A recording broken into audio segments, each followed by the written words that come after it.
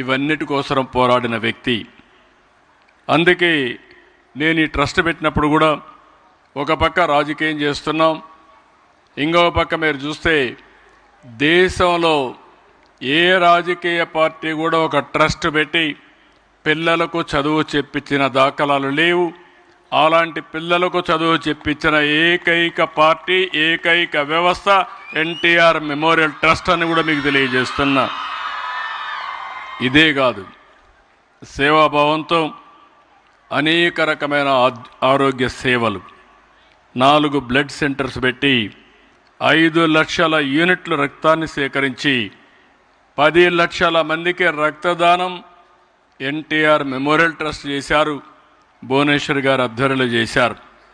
ఇంకో పక్క తలసేమియా బాధితులకు, చిన్నారులకి 273 మందికి ఉచిత రక్త మార్పిడి చేయడమే కాకుండా దీనికోసం ఒక ర్యాలీ కూడా పెట్టి సంఘీభావాన్ని తెలియజేసే పరిస్థితికి వచ్చారు. సంజీవిని క్లినిక్ ద్వారా 22 లక్షల మందికి 23 కోట్ల రూపాయలు డబ్బులు ఖర్చు పెట్టి క్యాంపులు పెట్టి ఆరోగ్య సేవలు అందించారు. న్యూట్రిఫుల్ యాప్తో 7 లక్షల మంది ఆరోగ్యానికి, ప్రివెంటివ్ హెల్త్ కోసం కృషి చేశారు. కోవిడ్ సమయంలో 3 ఆక్సిజన్ ప్లాంట్లు ఏర్పాటు చేసి 1 కోటి రూపాయలు ఆర్థిక సహాయం కూడా చేశారు. వరదలు వచ్చినా, తుఫాన్లు వచ్చినా, ప్రకృతి విపత్తుల్లో విపత్తుల్లో 22 లక్షల మందికి సాయం చేశారు. ఎన్టీఆర్ సుజల స్రవంతి ద్వారా 4,80,000 మందికి స్వచ్ఛమైన నీరు అందిస్తున్నారు. నిన్ననే ఒక వారం కిందం రంపచోడవరం వెళ్ళి ఒక మారుమూల ప్రాంతంలో 1,600 మంది గిరిజనులకు వైద్య సేవలు అందించి వచ్చారు. అంటే ఇక్కడ మీరు గుర్తుపెట్టుకోవాల్సింది, కొంతమంది సేవ చేయాలనే పేరు పెట్టుకుంటాం, కానీ నేరుగా స్వయంగా వెళ్ళి పేదవాళ్లతో కలిసి సేవా కార్యక్రమాలు చేయడం అనేది అరుదైన అనుభవం. దానికి చిహ్నం భువనేశ్వర్ గారు అని చెప్పి కూడా నేను మీకు తెలియజేస్తున్నా. ఈరోజు ఇంకొక విషయం ఇక్కడ మీ అందరికీ చెప్పాలి. ఇప్పుడే సాంబశివరావు గారు చాలా విషయాలు చెప్పారు. ఒకప్పుడు నేను ఇంటికి కరెంట్ వచ్చేది కాదు, ఆ రోజులు చూశాను. తర్వాత కరెంటు నేను చిన్నప్పుడు చదువుకునేటప్పుడు కొత్తగా కరెంటు వచ్చింది, ఆ రోజులు కూడా చూశాను. తర్వాత నేను ముఖ్యమంత్రి అయిన తర్వాత అరాకొరా కరెంట్ వచ్చేది. నేను ముఖ్యమంత్రిగా అసెంబ్లీలో సమైక్య ఆంధ్రప్రదేశ్లో కరెంటు లేకుండా ప్రతిపక్ష సభ్యులు ప్రతిరోజు గొడవ, పంటలు ఎండిపోతున్నాయని అసెంబ్లీ స్తంభింపజేసేవాళ్ళు. అలాంటి సందర్భాల్లో ఒకరోజైతే నేను అసెంబ్లీ అర్ధాంతంగా వాయిదా వేసి పొలం చూసి మళ్ళీ వచ్చిన రోజులు కూడా.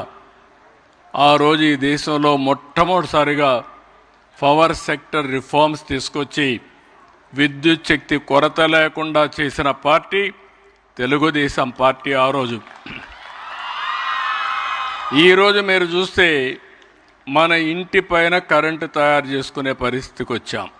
సోలార్ వచ్చింది. ఎన్టీఆర్ మెమోరియల్ ట్రస్ట్ ఎక్కడికో పోవక్కర్లేదు, ఇక్కడనే సోలార్ ప్యానెల్స్ పెట్టుకుంటే మీకు కావలసిన కరెంటు తయారు చేసుకునే పరిస్థితికి వచ్చాం. ఒకప్పుడు మేము ఇక్కడ కూర్చొని ఆ రోజు ఈ విధంగా కంప్యూటర్స్ కానీ నెట్వర్కింగ్ ఉండేది కాదు. ఇదే ఆఫీసులో మాకు రాష్ట్రం అంతా కూడా తపాలాలో లెటర్స్ వచ్చేటి పర్ఫార్మెన్స్ అంతా. ఈ మూల ఒక రూమ్ ఉండేది, ఆ రూమ్లో పెద్ద కంప్యూటర్ పెట్టాం.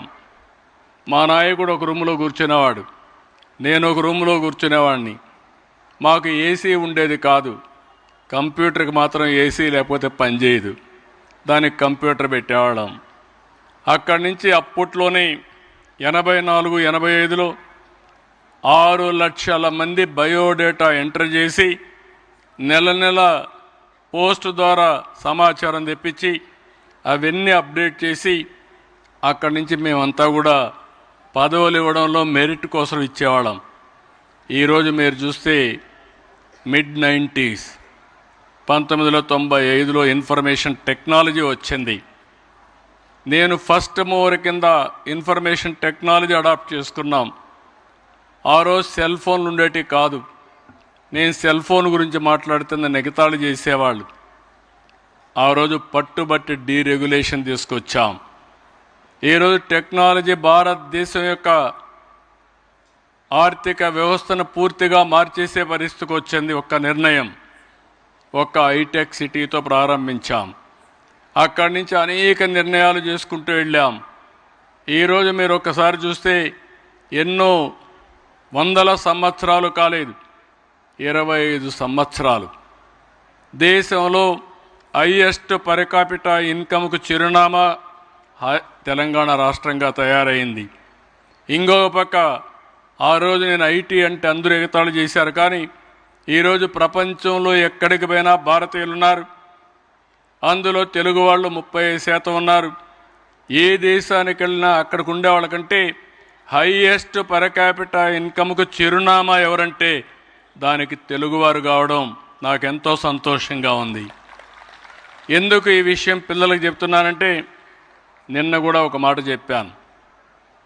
భారతదేశానికి 4 అడ్వాంటేజెస్ ఉన్నాయి. ఒకటి, ఆర్థిక సంస్కరణలు వచ్చిన తర్వాత ఆలోచన విధానం మారింది. 2, టెక్నాలజీ వచ్చిన తర్వాత ఫస్ట్ మోర్ అడ్వాంటేజ్ తీసుకొని మాస్టరైజ్ చేశాం. 3, యంగ్స్టర్స్ ఎక్కువ ఉండే దేశం ప్రపంచంలోనే భారతదేశం.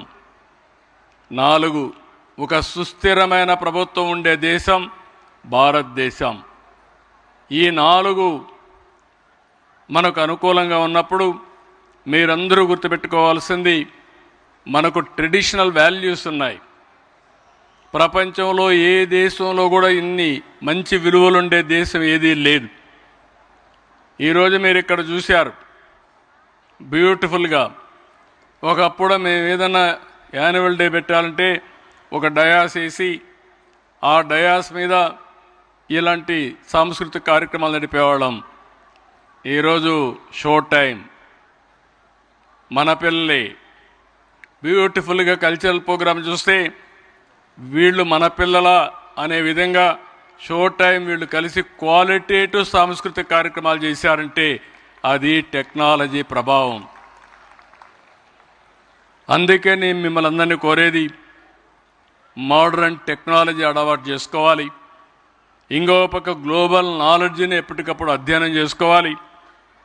మన విలువల్ని మనం కాపాడుకుంటూ నాలెడ్జ్ ఎకానమీలో ముందుకు పోతే మీరు అనుకునేది ప్రపంచంలో సాధించలేనిది ఏదీ లేదు. మీకు ఒక ఇది ఉండాలి, స్టూడెంట్స్కి అందరికీ చెప్తున్నా.